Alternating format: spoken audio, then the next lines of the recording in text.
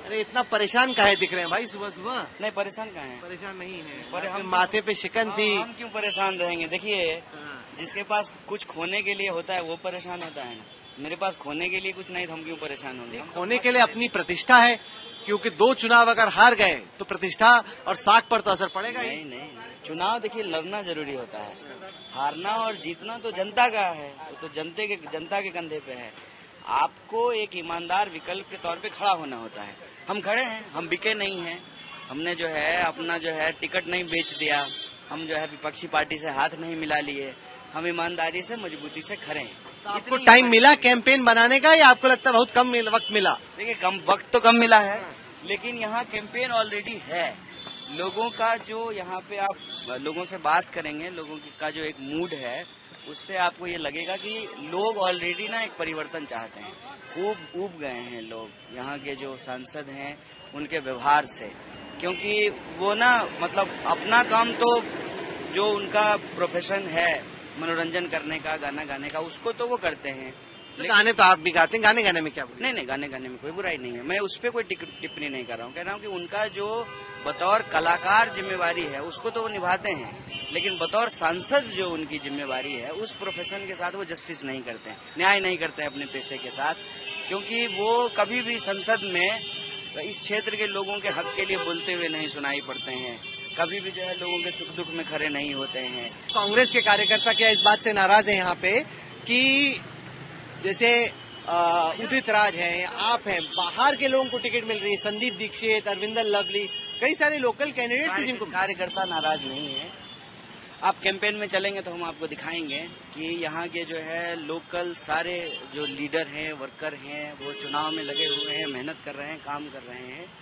होता क्या है कि एक ही सीट पे कई दावेदार होते हैं, जब मिलना तो किसी एक को है, तो जिसको मिला है उसके बाद जिनको नहीं मिला है उनके मन में थोड़ी सी जो है थोड़ा रोष हो सकता है, लेकिन मैं नहीं समझता हूँ कि पार्टी छोड़ने का निर्णय जो है ना वो इस आधार पे लिया जाता है, इसकी कोई और वजह हो। आपको क्या लग रहा है, पैसा वैसा मिला उनको? नहीं, मुझे नहीं पता है। ऐसे ही आप छोड़ रहे हैं कुछ? नहीं, हम कुछ छोड़ नहीं रहे हैं, हम ये कह रहे हैं कि मेरी वजह से छोड़ते तो मैं तो अभी पार्टी में हूँ, वो तो इससे पहले ही छोड़ के चले। आइए आपका कैंपेन देखा जाए। गाड़ी में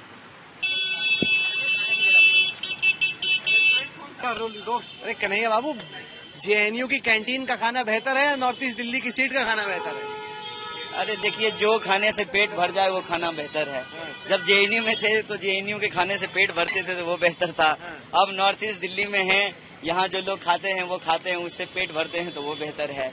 ये क्या नाम है भाई? सुरेश पाल जी। सुरेश यादव कैंपेन ऑफिस के बाजू में ही आपने बनाया है जी। अच्छा चल रहा है? 14-15 साल से यहाँ पे हूँ। अच्छा, कैसा चल रहा है भाई अभी? बहुत बढ़िया चल रहा है, बहुत हमसे बढ़िया पहले चल से रहा है। हैं ये यहाँ पे। मैं देख रहा हूँ आपने पूरा यूपीआई सारा लगा रखा है, तो काफी डिजिटल इंडिया का फायदा हो रहा है। मोदी जी ने जो किया उससे काफी कुछ मिला आपको नहीं मिला? बस ये यूपीआई चला रहा हूँ, चला रहे हैं। बाकी कुछ नहीं। देखिए, तो बड़ी बात है कि नहीं कि ऐसी जगह पे भी, ठेले में भी वो डिजिटल पेमेंट वगैरह सारा कुछ कर रहा है। इसमें मोदी जी क्या किए मुझे बताइए? पूरा इंफ्रास्ट्रक्चर सेटअप किए सरकार। आधार कार्ड का योजना अगर कांग्रेस पार्टी लेके नहीं आती, डायरेक्ट कैश ट्रांसफर का योजना अगर कांग्रेस पार्टी लेकर के नहीं आती, इस देश में अगर कंप्यूटर क्रांति जो है राजीव गांधी नहीं किए होते, तो यूपीआई ऐसे थोड़ी हो गया है। सर, इसका क्या मतलब है कि एक फ्लोर जो है आपके पिताजी बना दें, दूसरा फ्लोर जो है आप डलवा दें, तो आप कहेंगे देखिए हमने कितना बढ़िया घर बना दिया है। और तो पहले फ्लोर का भी तो जो है न्यू का भी तो काउंट कीजिएगा। आधार नहीं होता तो बैंक का खाता लिंक नहीं हो पाता। बैंक का मोदी जी का कहना है, बीजेपी का मानना है कि चीजें अब रफ्तार से चल रही हैं, स्पीड गति पकड़ रही हैं। हाँ, देश में नफरत जो है बहुत रफ्तार से बढ़ रही है, बेरोजगारी बहुत रफ्तार से बढ़ रही है। 1 घंटे में 2 नौजवान आत्महत्या कर रहे हैं, महिलाओं के खिलाफ अपराध बहुत तेजी से जो है बढ़ रहा है। और आपने देखा है ना, वो जो प्रज्वल रेवन्ना, वो बहुत रफ्तार से जो है देश छोड़ करके भाग गया, उसका वीडियो भी बहुत रफ्तार से आया, 2000 से ज्यादा। देखिए, झूठ का ना कोई सिर पैर नहीं होता है। हकीकत ये है ना, इनसे पूछिए कोविड से पहले ये कितना कमाते थे और अब इनकी कमाई पे क्या असर। भाई, कमाई आपकी ठीक चल रही है कि नहीं? कोविड के बाद से काफी कम हो गई है। आप ज्यादा तुम इनके बाजू में बैठे हो इसलिए बोल रहे हो। नहीं भाई, क्या बात कर रहे हैं भाई, ये यहाँ से और तुम हो भी कैंपेन ऑफिस के बाजू में। जितने यहाँ पे कारखाने थे पहले जो कांग्रेस के राज में थे, वो आज बिल्कुल कुछ भी नहीं है, सब नोटबंदी। सर इसका ना दफ्तर है आपके भाई, कैंपेन दफ्तर- ऑफिस के बाजू में। सर, उसको मालूम है क्या बोलना है। अरे दफ्तर तो मैं अभी खोला हूँ 14 दिन पहले, ये तो यहाँ 14 साल से हैं, ये हमसे पहले से हैं यहाँ से। आइए नाश्ता करें। जीतने के लिए लड़ रहे हैं या लड़ने के लिए लड़ रहे हैं? जीत हार जनता तय करती है, उम्मीदवार तो जो है लड़ता है, वोट से ही जीतेंगे ना, वोट तो लोगों को देना है। हमारा काम है उनके सामने एक विकल्प के तौर पे ईमानदारी से खड़े रहना, वो जिम्मेवारी हम निर्वहन कर रहे हैं। जिताना हराना लोगों का काम है।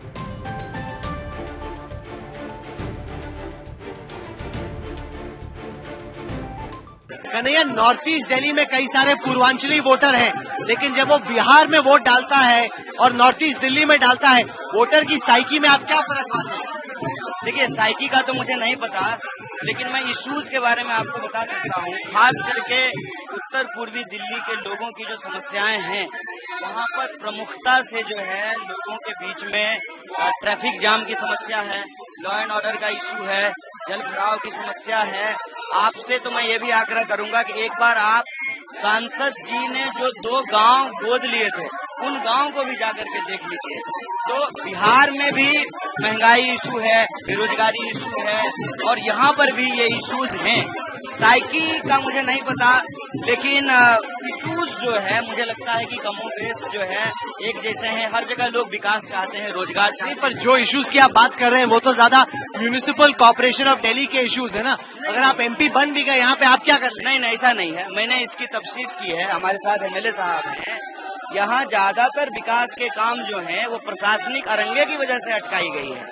जैसे जल बोर्ड का काम है, जब तक डीडीए लैंड का एनओसी नहीं देगी, जब तक जो है जल बोर्ड का काम नहीं हो पाता है, और डीडीए एनओसी नहीं देती है। डीडीए के एनओसी का इतना बड़ा इशू है कि आप बुराड़ी में जाकर के बात करेंगे, लोगों के घरों में बिजलियां नहीं है, लोग जो है घर बना लेते हैं और अनऑथोराइज कॉलोनी बोल करके डीडीए उसको गिरा देती है। तो ये एक बहुत बड़ा इशू है, खास करके बुराड़ी में और दूसरे जो जेजे कॉलोनी है उसके अंदर। ये तो जैसे आम आदमी पार्टी बोलेगी कि लेफ्टिनेंट गवर्नर उनकी सुन नहीं रहे, इसलिए ये फंसा हुआ है। मैं बोल रहा हूँ कि अगर आप सांसद भी बन गए तो आप क्या कर पाएंगे भाई? सांसद तो उस इशू को पार्लियामेंट में उठाए ना, सवाल पूछे ना, उनकी तो सरकार भी है। पर विपक्ष तो पार्लियामेंट को चलने ही नहीं देता है। वो तो कल मैं पीएम से मिला, वो बोल रहे थे भाई हम तो चाहते हैं बहस हो, हर रोज वो डिस्टर्बेंस का कोई मुद्दा लेके आ जाते हैं। पीएम खुद कितनी बार पार्लियामेंट आते हैं, कैसी बात करते हैं? पीएम 10 साल में कितना बार जो है प्रेस कॉन्फ्रेंस किया है, कैसी बात कर रहे हैं? वो तो खुद ही नहीं जो है लोगों के सवालों का जवाब। नहीं, मैं समझने की कोशिश कर रहा हूँ कि आपको एमपी बनाना, यहाँ के लोगों की प्रॉब्लम्स का सोल्यूशन कैसे है, आप कैसे सॉल्व करेंगे? लोग एमपी बनाने का मतलब क्या होता है? एमपी तक का काम तो यही है ना कि अपने क्षेत्र के लोगों की समस्याओं को उठाए और जो है उसको एक आवाज दे संसद में।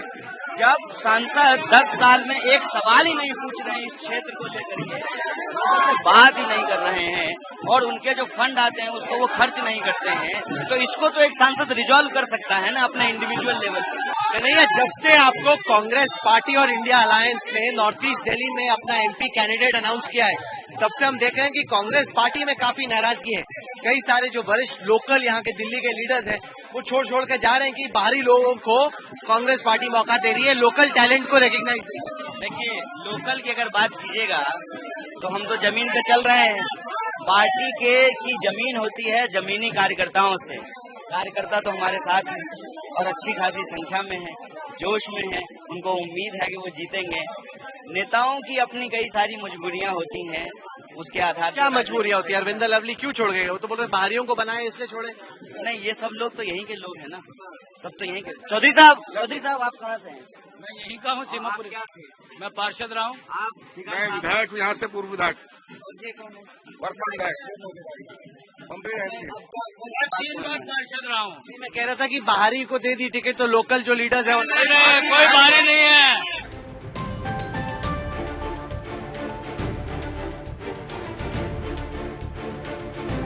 कांग्रेस की तो स्थिति आजकल कन्हैया बहुत खराब है। आपको लग रहा है कुछ आप योगदान दे पाएंगे इस पार्टी को फिर से खड़ा करने में, क्योंकि ये तो एकदम डूबती ही जा रही है। नहीं, मेरा ये प्रश्न है कि ये तो भाजपा का नैरेटिव है। भाजपा मैं तो वोट शेयर देख के बता रहा नहीं, वोट शेयर देख करके आप अगर बता रहे हैं तो आप मुझे बताइए कि देश की सबसे बड़ी विपक्षी पार्टी कौन सी है? कांग्रेस ही है। तो ये नैरेटिव बीजेपी एक्चुअली चला रही है। हूँ। पर किस तरह का विपक्ष? मजबूत विपक्ष या बहुत कमजोर विपक्ष? जितनी उनकी स्थिति है वोट शेयर में, वो तो बहुत ही कमजोर विपक्ष है, ऑलमोस्ट आधी है बीजेपी के। विपक्ष का काम है विकल्प देना, विकल्प चुनना जनता का काम है। हम विकल्प के तौर पे खड़े हैं, चुनने का काम जनता का है, ठीक है। और ये बात मेरा इस पर सिंपल ये है कि अगर कांग्रेस इतनी कमजोर है तो प्रधानमंत्री को क्या जरूरत पड़ी है कांग्रेस के घोषणा पत्र के बारे में बात करने की? क्योंकि विपक्षी पार्टी तो वही है, तो कांग्रेस की शक्ल दिखाओ, अपने लिए वोट मांगना। फिर अपना घोषणा पत्र क्यों नहीं बताते हैं? इस बार आया भी है कि नहीं? आया तो है संकल्प पत्र, क्या है उसका मुख्य बात? नहीं, वो बहुत कंटिन्यूटी की बात कर रहे हैं, ग्रोथ की बात कर रहे हैं, स्टेबिलिटी की बात कर रहे हैं, मजबूत नेता जैसे हम कह रहे हैं कि महिलाओं को 1 लाख रुपया देंगे, 8,500 महीना देंगे, युवाओं को 1 लाख की नौकरी देंगे, 30 लाख जो है पद भरेंगे, किसानों के लिए जो है MSP के कानून की गारंटी करेंगे। ऐसा कोई एक चीज आप वो लोग यूनिफॉर्म सिविल कोड की बात कर रहे हैं कि उनके लिए इस बार यूनिफॉर्म सिविल कोड आइडियोलॉजिकल, मतलब बेरोजगारी की बात नहीं कर रहे, उन्होंने उसकी भी बात की है, कई सारी बात नहीं कर रहे हैं। तो देश में जो सबसे ज्यादा बेरोजगारी है उसके लिए उन्होंने क्या कहा है? जो उन्होंने कहा था कि हर साल 2 करोड़ नौकरी मिलेगी, तो जो है 10 साल में 20 करोड़ नौकरी होना था, तो उस पर उनका क्या कहना है?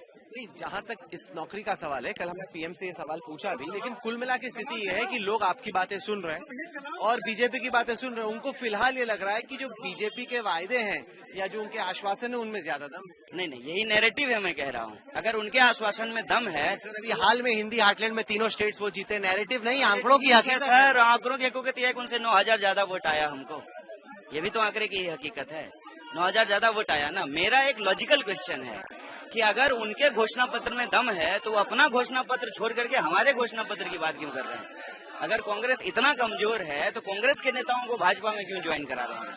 कांग्रेस अगर खत्म ही हो गई है उनके नजर में, तो भाषण में जो है कांग्रेस से शुरू, कांग्रेस से खत्म क्यों होता है? नहीं है, इस चुनाव में हम देख रहे हैं कि विपक्ष ने उड़ा रखी है कि अगर मोदी जी जीत गए, फिर से बड़ी संख्या में सीटें आ गई, तो संविधान बदल देंगे। मोदी जी बार बार बोल रहे, अरे भाई कतई नहीं, मरने दम तक नहीं बदला जाएगा संविधान। नहीं, ये बात विपक्ष ने नहीं बोली है, ये बीजेपी के नेताओं ने बोला है। छूट भैया नेताओं ने, ज्यादा बड़े नेताओं, मोदी जी ने नहीं बोला, अमित शाह ने नहीं बोला, राजनाथ ने नहीं बोला, योगी जी ने नहीं बोला। मोदी जी ने उनको पार्टी से निकाल दिया। कुछ की तो टिकट काट दी ना, आनंद हेगड़े की काट दी। नहीं काटी, जो कर्नाटक वाले की काट दी। नहीं, मेरठ वाले की काटी।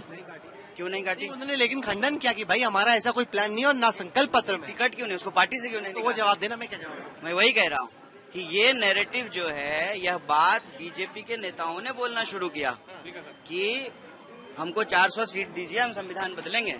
और सिर्फ यही नहीं किया, व्हाट्सएप पे नए संविधान की प्रस्तावना उन्होंने घुमानी शुरू की, नया संविधान का प्रस्तावना घुमाना उन्होंने शुरू किया। तो ये तो बीजेपी ने शुरू किया ना। ये बार बार बोल रहे कि गलत है, फिर भी विपक्षी नेता हर सभा में बोलते हैं संविधान बदल जाएगा, संविधान बदल जाएगा। नहीं, तो वो कार्रवाई करें ना जिन्होंने भाजपा के नेताओं बोल दिया ना कि हम नहीं कर रहे। नहीं, वो कार्रवाई तो करें जिन्होंने कहा है। तो अरे आप थोड़ी तय करेंगे वो अपनी पार्टी कैसे चलाएंगे? वो बोल रहे भाई हम नहीं बदलेंगे। बिल्कुल बदलेंगे, यही तो कह रहे हैं कि आपको कैसे मालूम बदलेंगे? क्योंकि वो भाजपा वाले जो है वो नए संविधान का कॉपी व्हाट्सएप पे घुमा रहे हैं। कौन सा नया संविधान देख लिया व्हाट्सएप पे? दिखाइए मुझे। नहीं, और वैसे भी आप कब से व्हाट्सएप यूनिवर्सिटी विश्वास करने लगे? इसका मतलब ये मैसेज तो वो चला रहे हैं ना, भाजपा के लोग। ये मैसेज आपको कैसे मालूम? मैं भी बोल सकता हूँ कि आप भी व्हाट्सएप क्यों? आप आम लोगों से बात कर लीजिए, खास करके इस देश के जो दलित हैं, पिछड़े हैं, आदिवासी हैं, उनके मन में ये बात इसलिए आई है क्योंकि ये मैसेज भाजपा के लोगों ने चलाना शुरू किया। तो आप ऐसे ही उड़ा रहे हैं, आप भी तो खौफ ही पैदा कर रहे हैं। हम न जाने आप सच बोल रहे हैं, आप भी प्रोपेगेंडिस्ट बन गए कि नहीं? हम नहीं खौफ पैदा कर रहे हैं, हम तो कह रहे हैं कि मोदी जी जो है इसका खंडन करें। वो तो कर चुके हैं। तो भाजपा के जिस नेता ने किया उस पर कार्रवाई करें। एक आध पे तो हो भी गई कार्रवाई। नहीं, किसी पे कार्रवाई नहीं। आनंद हेगड़े की टिकट कटी। नहीं, उसको पार्टी से निकाला क्या? उसने माफी मांगी क्या? उन्होंने क्लैरिफाई किया कि नहीं मैंने ऐसा नहीं, आनंद हेगड़े ने कहा कि जो है, उन्होंने बोला कि हाँ ये मेरी निजी राय है, मेरी पार्टी की राय नहीं है। अच्छा, ये निजी राय है, तो जो निजी राय, हरी की कुछ ना कुछ राय होती है, गिरिराज जी की कोई राय होती है, आपकी कभी कभी कोई राय होती है, तो ये थोड़ी नहीं, लेकिन संविधान की बात तो बहुत बड़ी बात है ना। संविधान बदलने की बात तो बहुत बड़ी बात है। कर ही नहीं रहे संविधान। तो जूता बदलने की बात थोड़ी है कि उनका निजी राय है। बोल ही नहीं रहे। शर्ट बदलने की बात तो है नहीं। ये कोई निजी राय तब होगी ना जब निजी चीजों से जुड़ा हुआ मामला होगा। संविधान तो देश से जुड़ी हुई बात।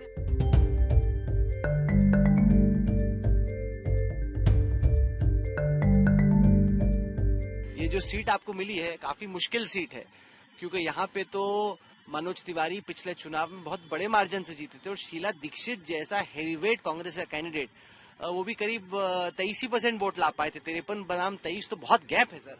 हाँ, चुनौतीपूर्ण है, इसमें कोई दो राय नहीं है। लेकिन लोकतंत्र में क्या होता है ना कि जनता किसी भी चुनौती को आसान या मुश्किल बनाती है।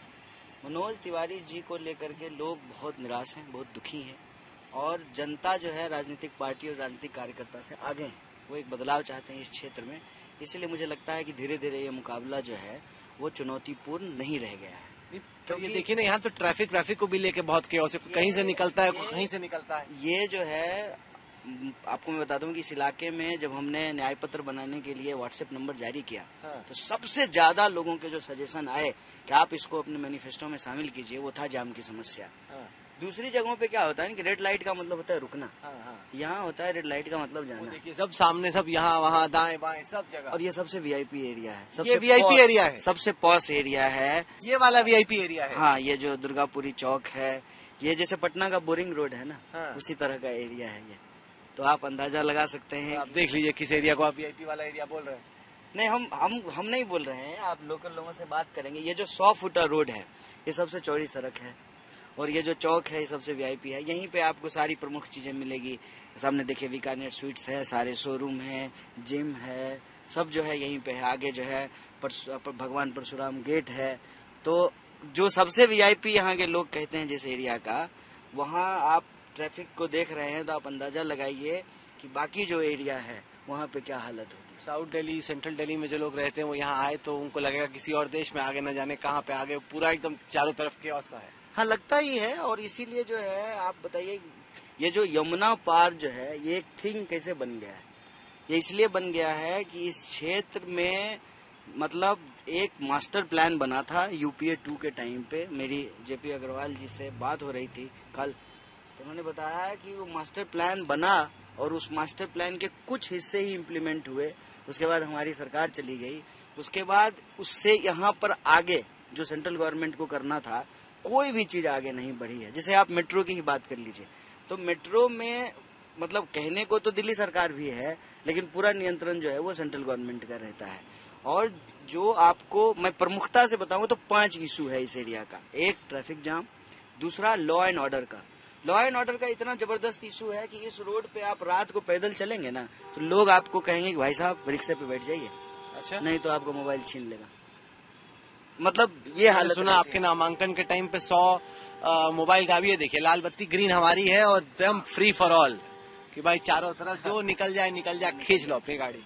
और ट्रैफिक पुलिस यहाँ जब रहती है ना, वो चालान नहीं करती है, फिर पैसा लेती है। नहीं।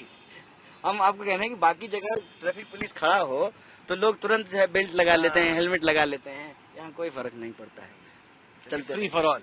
ये जो मुद्दा है ना, मेरी बार बार कोशिश यही रहती है कि जब चुनाव हो रहा है तो क्षेत्र के इश्यूज को पॉलिटिक्स में क्यों नहीं हाईलाइट किया जाता है? नहीं, वहाँ पे लिखा है लड़ेगी दिल्ली, जीतेगा इंडिया। अभी तो लड़ाई आप ही के अलायंस पार्टनर आम आदमी पार्टी में ही चल रही है। वो स्वाति मालीवाल के इशू पे आपस में ही लड़ पड़े हैं सब, विभव और स्वाति, और केजरीवाल खामोश है, न जाने क्या हो रहा है। नहीं, ऐसा कुछ नहीं हो रहा है। दिल्ली लड़ रही है अपने हक और अधिकार के लिए, और दिल्ली जब अपने हक और अधिकार के लिए लड़ेगी तो स्वाभाविक रूप से 7 की 7 सीट दिल्ली जीतेगी, और जब दिल्ली 7 सीट जीतेगी तो इंडिया जीतेगा। नहीं, बट काफी सारे कोऑर्डिनेशन के भी इश्यूज है ना। एक तो केजरीवाल जेल में थे काफी टाइम के लिए, उसके बाद अब जब आए हैं वो ज्यादा उनका फोकस आप पे है। कांग्रेस के कैंडिडेट्स के लिए कम वक्त निकाल पा रहे हैं। नहीं, कल ही जो है CM साहब ने जो है वो रोड शो किया है सब तीनों कैंडिडेट। कांग्रेस आपने क्यों नहीं ज्वाइन किया? जैसे अगर आप चाहते आप चले जाते किसी और पार्टी में तो जा सकते थे, कांग्रेस ही क्यों? मैंने, हाँ? अरे ये तो बहुत पुरानी बात हो गई। मुझे कांग्रेस ज्वाइन किए हुए 2 साल हो गए। नहीं, तो क्या सोच थी आपकी? क्योंकि आप तो लेफ्टिस्ट विचारधारा से थे ना, तो कांग्रेस में कहाँ से आ गए? आपको लगता है कांग्रेस अब लेफ्टी हो गई? नहीं, लेफ्टिस्ट विचारधारा से होने का क्या मतलब है? हाँ। लेफ्टिस्ट विचारधारा से होने का मतलब है देश के आम लोगों के हक और अधिकार के लिए लड़ना। लेफ्टिस्ट विचारधारा का होने का मतलब है इस देश के अंदर युवाओं के साथ जो अन्याय हो रहा है उसके लिए लड़ना। इस देश के अंदर महिलाओं के साथ जो अन्याय हो रहा है, किसानों के साथ, विद्यार्थियों के साथ, छोटे व्यापारियों के साथ, पत्रकारों के साथ, उनके हक के लिए लड़ना। और वो लड़ाई राहुल गांधी जी लड़ रहे हैं, पिछले जो है 10 साल से लड़ रहे हैं। आप राहुल से काफी प्रभावित नजर आ रहे हो। आप साथ में आपने वॉक की उनकी एकता यात्रा के दौरान, भारत जोड़ो यात्रा के दौरान। हाँ, क्योंकि उनकी जो है ना बातों में मुझे एक ऑनेस्टी दिखती है, उनके काम में जो है, उनके एक्शन में एक इंटीग्रिटी दिखती है, और वो जो है हमारे जैसे साधारण लोगों को बहुत ही हृदयता से जो है स्वीकार करते हैं। उनके अंदर जो है सत्ता का वो अहंकार नहीं दिखता है, वो एरोगेंस नहीं दिखता है, और जिस तरह की बातें आज वो कर रहे हैं तो हमारे जैसे लोगों के लिए, जो गरीब लोग हैं, जो दलित हैं, पिछड़े हैं, आदिवासी हैं, महिलाएं हैं, विद्यार्थी हैं, मजदूर हैं, किसान हैं, जो मिडिल क्लास के लोग हैं, जो छोटे उद्योग धंधे चलाने वाले लोग हैं, उनको एक होप दिखता है कि कोई ऐसा नेता है जो हमारी बात कर रहा है, हमारे लिए पॉलिसी लाने की बात कर रहा है। अब आपकी जो बातें उसको कैसा देखा जाए? ये आपकी वाकई में ऑनेस्टी है जो बोल रही है, या पॉलिटिकल एम्बिशन है आपका? नहीं, पॉलिटिकल एम्बिशन होता तो बीजेपी में होते ना। सारा पॉलिटिकल एम्बिशन तो जो है बीजेपी आपको लेती ही नहीं। अरे क्या बात कर रहे हैं, हार्दिक पटेल को ले ली। नहीं, पर वो तो फिर भी संघ के ही परिवार से आते हैं, उनकी तो ट्यूनिंग वहीं पे है। आपकी ट्यूनिंग तो बीजेपी से बहुत दूर है, बीजेपी कभी ना ले भाई। बीजेपी अपने जो है विचारधारा के धूर विरोधी लोगों को नहीं लेती है। मैं आपको जो है ना इससे कम से कम 100 एग्जाम्पल गिना सकता हूँ, 100, एक नहीं।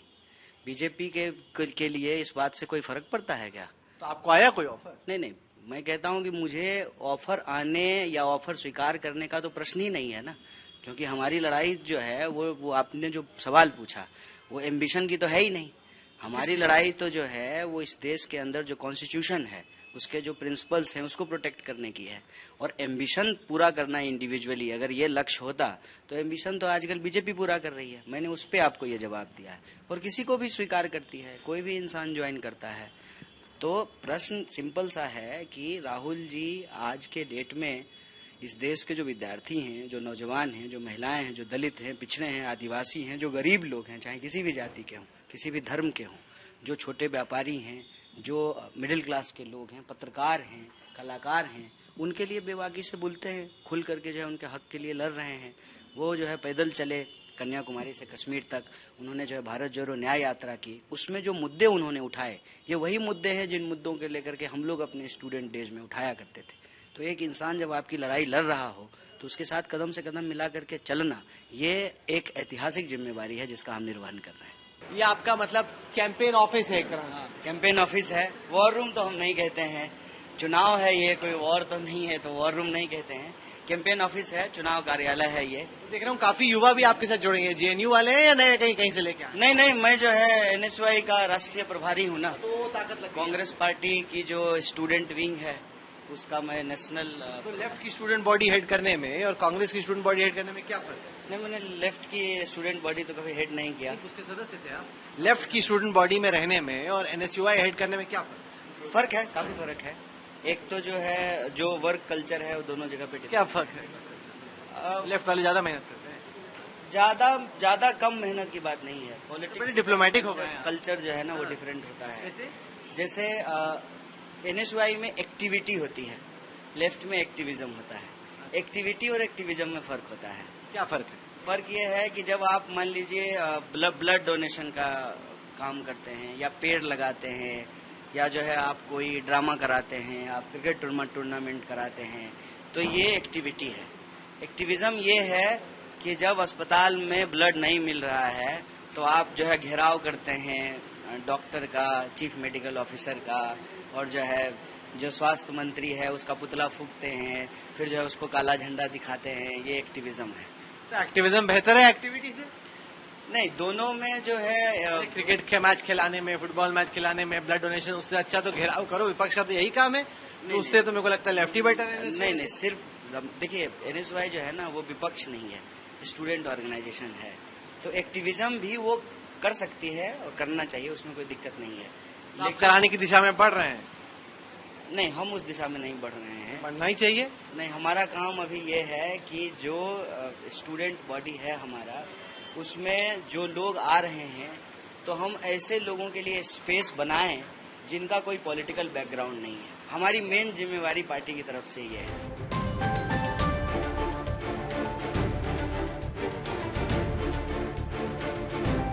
कन्हैया जी, ये नक्शा है उत्तर पूर्वी दिल्ली का।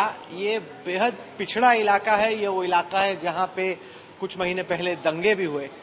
दर्शकों को समझाइए आपकी स्ट्रेटजी क्या है। जो 30% वोट शेयर गैप है उस गैप को ब्रिज करने के लिए आप कैसे प्लान कर रहे हैं अपना कैंपेन? ये मैप तो अव्वल हमने अपने लिए नहीं बनाया है। ये नॉर्थ ईस्ट दिल्ली का मैप याद है, क्योंकि मैं ज्योग्राफी का स्टूडेंट रहा हूँ और मैं 2009 में जब दिल्ली आया था तो मैं इसी इलाके में रहता था। जो तिमारपुर विधानसभा है वहाँ पे मुखर्जी नगर है, मुखर्जी नगर नाले के इस तरफ मुखर्जी नगर है, नाले के इस तरफ नेहरू विहार है, तो मैं नेहरू विहार में रहता था। मैप मुझे याद है। आपने बिल्कुल ठीक कहा कि काफ़ी बड़ी कॉन्स्टिट्यूएंसी है और विकास की अगर हम बात करें तो विकास यहाँ पर दिल्ली के और क्षेत्रों के मुकाबले में कम हुआ है। और ये जो एरिया है, इस एरिया में यही सबसे बड़ा सवाल भी है। सांसद से भी लोग बार बार यही सवाल पूछ रहे हैं। 2 गांव उन्होंने गोद लिए थे, एक जो है चौहान बस्ती और दूसरा जो है कादीपुर। उस गांव की हालत ये है कि वहाँ लोगों के पास बेसिक सुविधाएं नहीं है। तो आपकी ये बात ठीक है कि विकास कम हुआ। रही बात 30% जो शेयर है उसको दिल्ली में ना, ये शेयर और ये डेटा ना बहुत तेजी से बदलते रहता है।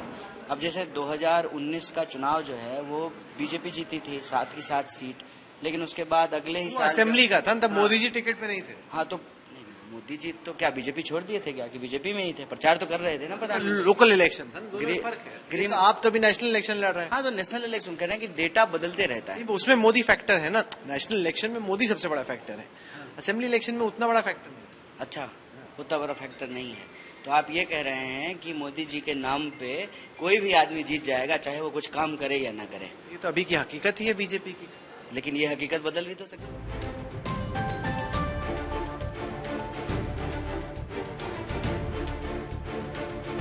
ये शिव मंदिर है जहाँ कन्हैया जी जा रहे हैं, लगता है मंदिर मंदिर जाके माथा टेक रहे हैं कि भाई वोट पड़ जाए। नहीं नहीं, धर्म का इस्तेमाल राजनीति में नहीं करते हैं। हमारे लिए धर्म और राजनीति अलग अलग है, पूरी तरह से अलग अलग है। हम धर्म के नाम पे वोट नहीं मांगते हैं और यह बात हम मंदिर में खड़े होकर आपको बोल रहे हैं। नहीं, पर बीजेपी तो विपक्षी नेताओं पे, पार्टियों पे आरोप लगाती है कि वो धर्म मानते ही नहीं है। जब नवरात्र चल रहे होते तभी मटन मांस खा रहे होते। वो धर्म के नाम पर राजनीति करते हैं, इसलिए वो इसी बात करते हैं। हम धर्म के नाम पे नहीं करते हैं। धर्म अलग है, राजनीति अलग है। मंदिर आते हैं, लोगों की आस्था है इसलिए आते हैं। राजनीति आपकी आस्था नहीं है? राजनीति के लिए नहीं। आपकी आस्था है? हाँ है, बिल्कुल है, बिल्कुल है।